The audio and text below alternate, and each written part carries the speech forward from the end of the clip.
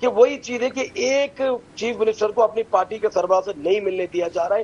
تو آپ مجھے بتائیں تو جب وہاں پر اتنی جو ہے نا وہ چیزیں رکاوٹ کے ساتھ یہ لوگ کر رہے ہیں تو آگے جو چیزیں کرنے کی کیا وہ آپ کو پتہ ہے کرنے دیں گے؟ تو یہ کیا مسودے کی بات کر رہے ہیں یا کیا یہ کہہ رہے ہیں کہ ہم سب مل کے یہ معاملات کریں گے؟ بھائی 26ویں ترمیم کے اندر آپ مجھے بتائیں زبردستی ایم این ایس کو اسمبلی میں بٹھایا گیا. آپ ہی کے میڈیا پہ ہم نے دیکھا کہ بیچارے واش روم تک نہیں جا سکتے تھے. وہیں بیٹے بیٹے جو حالت تھی ایم این اے نبیل گبول کا جو نا وہ بھی اس کے اوپر بیان پڑا ہوا ہے اور بھی جتنے ایم این ایس تھے ان کی بھی بیان پڑے ہوئے اور کس طریقے سے لوگوں کی چادر چار دیواری کو پامال کر کے زبردستی ان کو ووٹ دلوائے گئے اور کس کی نگرانی میں لایا گیا, کس کی نگرانی میں واپس لے جایا گیا, چاہے باپ پارٹی کا معاملہ ہو یا جو بھی ان کے ایم این ایس کے معاملات ہو.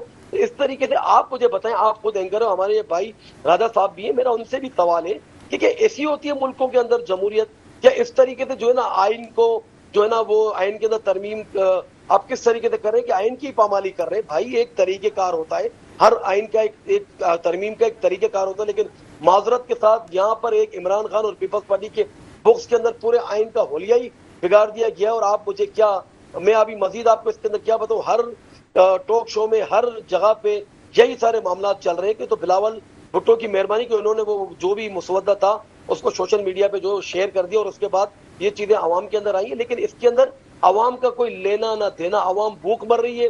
عوام جو ہے وہ آپ مجھے بتائیں, انہوں نے ہی کہا تھا نا کہ عمران خان کی جب حکومت کے خلاف یہ عدم اعتماد لائے تھے کہ بہت مہنگائی کر دی اور اسحاق ڈار آ رہا ہے, اب اس ملک کی جمہوریت اور اوپر جائے گی, مہنگائی ختم ہو جائے گی. لیکن اس کے بعد کوئی ایک کام بتائیں جو اس حکومت نے کیا ہو. شہباز شریف صاحب اتنے دورے کر رہے ہیں سعودیہ. دیکھیں ابھی تو خیر کوئی ہم کارکردگی کی بات نہیں کر رہے, لیکن بات ابھی سے 27ویں ترمیم کے حوالے سے کیا کہیں گے بیرسٹر راجہ انصاری صاحب کہ خاص کر کے پی ٹی آئی کی جانب سے یہ کہا جا رہا ہے کہ یہ جو ترامیم کی جا رہی ہیں وہ عوام کے مفاد کے لیے نہیں بلکہ بانی پی ٹی آئی کے لیے رکاوٹیں ڈالی جا رہی ہیں, اس طرح کی ترامیم لا کے کیا کہیں گے؟ میں پہلے عرض کر چکا, جب ترمیم کا ڈرافٹ ہم اپنے سارے اتحادی جماعتوں کے ساتھ مل کے فائنل کر کے اسمبلی کے فلور پہ لائیں گے تو پھر کہا جا سکتا ہے کہ اس میں یہ فلاں جو شک ہے, یہ فلاں آرٹیکل کے اندر جو آپ ترمیم کرنے جا رہے ہیں یہ ہمارے خلاف ہے یا عوام کے خلاف ہے, اس پر بات ہو سکتی ہے. اس وقت تک میں نے جو باتیں آپ کو بتائی ہیں وہ پاکستان کے لیے اس وقت کی اہم ترین ضرورت ہیں. ہمیں دنیا کے ساتھ کمپیٹ کرنا ہے, ہمیں اپنے تعلیمی نظام کو اپ گریڈ کرنا ہے, ہمیں آبادی کے مسئلے کو جو ہے وہ اس کو ایڈریس کرنا ہے, ہم نے این ایف سی ایوارڈ کے جو ایشوز ہیں جو صوبوں کے درمیان ان کے جو فائنینشیل انڈیپینڈنس ہے اس کو ایڈریس کرنا ہے. یہ ساری وہ باتیں ہیں جس سے پاکستان آگے بڑھے گا, پیچھے نہیں ہوگا. اور کیونکہ ہم سیریس لوگ ہیں, ہم آئے دن ہمارا یہ کام ہے, ہمیں لوگوں نے مینڈیٹ دیا ہے کہ ہم اس ملک میں جا کے قانون سازی کریں, آئین سازی کریں اسمبلیوں کے اندر بیٹھ کے, تو ہم وہ کر رہے ہیں, ہم مگن ہیں, ہم اپنا کام کر رہے ہیں, ہم چاہ رہے ہیں کہ ہم ڈیلیور کریں. فورن افیئرز کے حوالے سے بھی ہم ڈیلیور کر رہے ہیں. دنیا میں پاکستان آئسولیٹ تھا, آج پاکستان مرکز نگاہ ہے, وہاں ہم نے ایک زبردست فتوحات لی ہیں. جنگی محاذ ہو وہاں پہ ماشاءاللہ ہم نے بڑی زبردست فتوحات لی ہیں. اسی طرح اسمبلی کے اندر جو اہم ہمارا بیرسٹر راجہ صاحب جس طریقے سے آپ بتا رہے ہیں کہ ابھی تک کوئی ڈرافٹ ہی نہیں بنایا گیا ہے, وہ تو ابھی اسمبلی میں پیش کیا جائے گا, اس کے بعد اس پہ ڈسکشن ہوگی. تو پھر یہ جو اتحادی جماعتوں کے ساتھ معاملات ہیں, یہ اتحادی جماعتوں کے ساتھ جو بات چیت کی جا رہی ہے یہ کیا ہے؟ دیکھیں اب اس میں آج ایک اور ڈیولپمنٹ ہوئی ہے.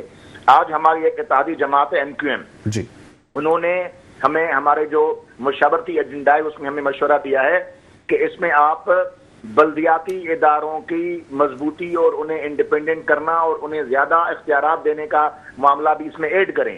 اچھی بات ہے, ہم اس پہ غور کر رہے ہیں, اس کو بھی انشاءاللہ ایڈ کر لیں گے تاکہ بلدیاتی ادارے بھی زیادہ فعال ہوں اور ان کے اختیارات میں اضافہ ہونا چاہیے. کیونکہ ہم بنیادی طور پہ اس جمہوریت کے ثمرات نیچے عوام تک لے جانے کی کوشش کر رہے ہیں. بدقسمتی اس ملک کی یہ رہی کہ جمہوری نظام تو ہمارا بن گیا لیکن اس کے ثمرات نیچے عوام تک اس لیول پر اس سپیڈ میں نہیں پہنچ پا رہے تھے کیونکہ آئینی سکم تھے. اب ہم اس آئینی سکم کو ختم کرنے جا رہے ہیں اور انشاءاللہ آپ دیکھیں گے آنے والے دنوں میں کہ آئین کے مطابق یہ ملک چلے گا اور اس کے چلنے کی وجہ سے پاکستان کے عوام کو نہ صرف سہولیات ملیں گی بلکہ مہنگائی میں بھی کمی آئے گی اور باقی معاملات بھی ٹھیک ہوں گے. ٹھیک ہے سجاد علی سمرو صاحب آپ سے کامنٹ لینا چاہوں گا خاص کر کے جو 27ویں ترمیم ہے اس کے حوالے سے. کیا آئین کی جو تحفظ کی ترمیم ہے تحفظ کے لیے جو آپ لوگ تحریک لے کر آ رہے ہیں کیا اس کے لیے آپ لوگ مزاحمتی قراردادیں لے کر آئیں گے یا اس کے لیے کوئی حکمت عملی آئے گی یا اسی طریقے سے یہ آئین کی ترمیم منظور ہو جائے گی اور آپ لوگ اسی طریقے سے بیٹھے رہیں گے؟ جی دیکھیں آپ نے بڑا اچھا سوال کیا لیکن میرے بھائی یہ بھی کہہ رہے تھے کہ عوام تک ثمرات جانے چاہیے اور ہم آئینی طریقے سے کام کرے. دیکھیں سب سے پہلی بات تو یہی ہے کہ جب ایک منتخب حکومت ہی آئینی نہیں ہے غیر آئینی ہے تو وہ کیسے جو ہے نا وہ عوام کو آئینی تحفظ دے سکتی ہے. پہلا تو سوال میرا ان سے یہ ہے کیونکہ آپ خود دیکھیں نا کہ 2024 کے اندر نہ صرف پاکستان پوری دنیا نے مانا ہے, پوری دنیا کی جو رپورٹ ہے وہ بھی آپ پڑھیں کہ پاکستان تحریک انصاف نے کھلم کھلا وہ الیکشن جیتے. اس کے بعد راتوں رات ہمارے ساتھ کیا کیا گیا تو آپ مجھے بتائیں کہ یہ طریقہ کار ہے کہ عوام تک ہم جو ہے نا اس کے ثمرات پہنچائیں. یہ تو سارے سیاستدان جب عمران خان صاحب کی حکومت ہٹی تو اس کے بعد انہوں نے کیا کیا, انہوں نے سارے اپنے ہی مفاد کے لیے کام کیا. نیب کو کے جو معاملات انہوں نے ختم کر دیے یا دوسرے ایسے معاملات تھے جو کنوکٹڈ تھے, وزیر اعظم شہباز شریف صاحب ان کے بیٹے یا اور بھی جو ان کے ساتھ تھے, تو اس کے بعد کیا ہوا راتوں رات سب کے کیس ختم کر دیے گئے. تو میرے بھائی یہی تو میرا سوال ہے کہ عوام کے لیے کیا کام کیا. 26ویں آئینی ترمیم بھی تو آپ لوگوں نے عوام کے لیے کی تھی لیکن کیوں وہ فیل ہو گئی آپ مجھے بتائیں نا. 26ویں آئینی ترمیم کے بعد میں یہی تو پہلے آپ سے عرض کر رہا تھا کہ عمران خان صاحب کا توشہ خانہ 2 کیس جو لگنا تھا 1 سال ہو گیا وہ کیس ابھی تک نہیں لگا. تو آپ مجھے بتائیں تو عدلیہ کو تو انہوں نے اپنے گھر کی لونڈی بنا لیا ہے تاکہ ان کی مرضی سے ساری عدلیہ چلے تاکہ عمران خان صاحب کے کیس بھی نہ لگے. تو ایک عام آدمی کو اس سے کیا فائدہ ہوا ہے؟ ابھی یہ بات کر رہے تھے کہ ایم کیو ایم نے ان کو جو ہے ایک مشورہ دیا ہے کہ آپ جو ہے وہ بلدیاتی نظام کے اوپر بھی جو ہے نا اس کو نیچے تک سطح تک جو ہے نا وہ پہنچانے کے لیے آپ اس پہ مسودہ ڈالیں. تو یہ تو آلریڈی ہماری جب 18ویں ترمیم میں یہ چیزیں ہوئی تھی لیکن معذرت کے ساتھ وہ وفاق سے صوبے تک چلے گئے لیکن صوبوں نے اس کو نیچے جو ہے نا گراس روٹ پہ ڈائیورٹ نہیں کیا. تو اسی وجہ سے آج آپ کراچی کا حال دیکھ لیں.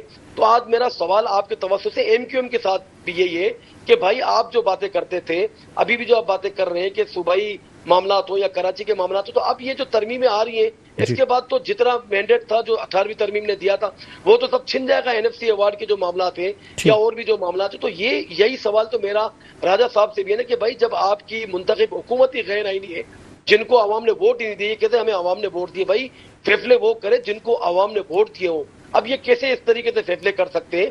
کیا آپ مجھے بتائیں نا کہ اپنی مرضی سے ان کو جو جن کی مرضی سے ان کے پاس یہ ڈرافٹ آئے گا تو آپ کو کیا لگتا ہے اس کے اندر یہ کو چوچا کر سکتے ہیں؟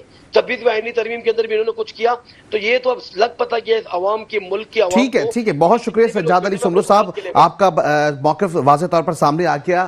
پی ٹی آئی کی جانب سے یہی کہا جا رہا ہے کہ ترمیم کے جو مقاصد ہیں اس کے پیچھے حکومت کے مقاصد ہیں, عوام کے مقاصد یا عوام کے لیے اس میں کچھ نہیں موجود. ایسا پی ٹی آئی کی جماعت کا موقف واضح طور پر سامنے آیا. یہاں پر وقت بریک پہ جائیں گے, واپس آتے ہمارے سے جڑے رہیں, دیکھتے رہیں ہمارا پروگرام جس کا نام inside the news. Welcome back to the show. جیسے کہ پروگرام میں بات ہو رہی 27ویں آئینی ترمیم کے حوالے سے اور اس وقت بیرسٹر راجہ انصاری صاحب ہمارے سے موجود ہیں. بیرسٹر صاحب ظاہر ہے تمام تر صورتحال سب کے سامنے بھی ہیں لیکن ایسے میں اعداد و شمار کی اگر بات کریں تو اتحادی جماعتیں بھی آپ کے ساتھ موجود ہیں. ایک جانب استحکام پاکستان پارٹی سے بھی آپ لوگوں کی بات چیت ہو گئی, دوسری جانب ایم کیو ایم کی جانب سے بھی ہوئی ہے, لیکن اب بھی مولانا فضل الرحمان کا واضح موقف سامنے آ رہا ہے. اب تک کی جو اطلاعات ہے اس کے مطابق آئین کی ترمیم کے حوالے سے مخالفت کی جا رہی ہے, کس طریقے سے منائیں گے؟ جی نہیں ایسا نہیں ہے. مولانا فضل الرحمان صاحب نے کہا ہے کہ وہ پہلے اس کا مسودہ پڑھیں گے, ڈرافٹ پڑھیں گے, اس کے بعد اگر جن باتوں پہ انہیں اعتراض ہوگا وہ اپنے اعتراضات سامنے رکھیں گے.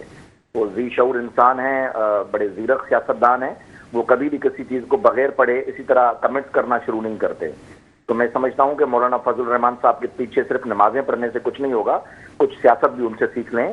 بار بار ہمیں تانے دیے جا رہے ہیں کہ ہماری حکومت غیر آئینی ہے, تو ذرا بتائیں, قوم کو بتانا پسند کریں گے 2018 کے انتخابات کس طرح ہوئے تھے, کس طرح مسلم لیگ نون کا مینڈیٹ چوری کیا گیا تھا, کس طرح ڈٹائی کے ساتھ جو ہے اس وقت ججز بیٹھ کے اپنی بار سے خطاب میں ہائی کورٹ کے ججز کہتے تھے کہ ہمارے چیف جسٹس کو کہا گیا ہے کہ نواز شریف اور اس کی بیٹی کو بند کرو, الیکشن ہرواؤ ان کو, نہیں تو ہماری 2 سال کی محنت ضائع ہو جائے گی. تو سر کیا یہی چیز دوبارہ ریپیٹ ہو رہی ہے؟ میں عرض کروں, میں کیونکہ بائی پروفیشن میں وکیل ہوں, جب چوری جو مال آپ کا چوری ہو جائے اور پھر وہ ریکور ہو تو پولیس ایک کاغذ بنا کے اور کورٹ کے آرڈر پہ وہ آپ کو چوری کا مال واپس کرتی ہے, اس کاغذ کو کہتے ہیں فارم 47. سمجھ رہے ہیں؟ تو اگر آپ کے چوری کیا ہوا مال آپ کو واپس مل جائے تو وہ چوری نہیں کہلاتی. تو 2018 میں جس ڈھٹائی اور بے شرمی کے ساتھ ہمارا مینڈیٹ چوری کیا گیا، 2024 میں ہم نے بدلہ بھی لیا اور سود سمیت واپس بھی لیا الحمدللہ. اسی طرح اس کو کہتے ہیں جمہوریت بہترین انتقام ہے. تو اب اگر آپ لوگوں کا مینڈیٹ نہیں چرائیں گے تو پھر آپ کے ساتھ بہتر عمل ہوگا اور جمہوریت پنپ سکے گی اس ملک میں. لیکن اگر آپ لوگ سمجھیں گے کہ کسی کے کندھوں پہ چڑھ کے بار بار آتے رہیں گے تو پھر یہ مت بھولیں کہ یہ پاکستان ہے، اس میں ہم پرانے سیاستدانوں کو بھی سیاست آتی ہے. اب بتائیں مزہ آیا؟ اچھا، مولانا فضل الرحمان صاحب کی جانب سے یہ بھی کہا جا رہا ہے کہ اسحاق ڈار کل تک کہتے تھے کہ 26ویں ترمیم ان سے ہضم ہی نہیں ہو رہی، تو اب یہ ایک سال میں 2 بار ترمیمیں، اس کی بھی مخالفت کی جا رہی ہے. ترمیم میں دیکھیں، میں آپ کو بتاؤں، آئین ایک ہم سمجھتے ہیں کہ ایک مقدس صحیفہ ہے جی، اور لیکن اس میں یہ ہمیشہ ایسا نہیں ہوتا کہ اس آئین کے آپ ترمیم نہیں کر سکتے ہیں. وہ نعوذ باللہ کوئی آسمانی صحیفہ نہیں ہے، وہ انسانوں کے لیے ایک ملک کو چلانے کا لیے ایک میں سمجھتا ہوں ایک مقدس کتاب ہے جس کو سب کا احترام کرنا چاہیے.